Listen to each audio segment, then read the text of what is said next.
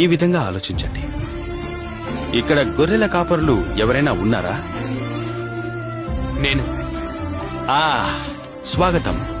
నువ్విక్కడ ఉండడం సంతోషం. గొర్రెల కాపురులకు నా హృదయంలో ప్రత్యేక స్థానం ఉంది. మీ మందను ఎవరు మేపుతారు? నా సోదరుడు. మేము వంతులు వేసుకుంటాము. ఎన్ని గొర్రెలున్నాయి? 100.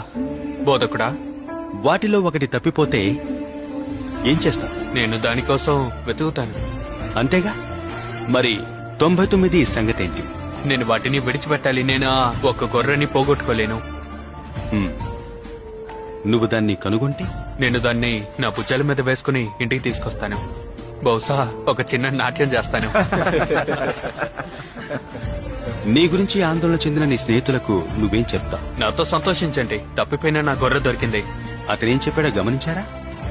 అతను ఎప్పుడు తప్పిపోయిన 99 గొర్రెల కంటే ఒక గొర్రె కోసం ఎక్కువ సంతోషిస్తాడు.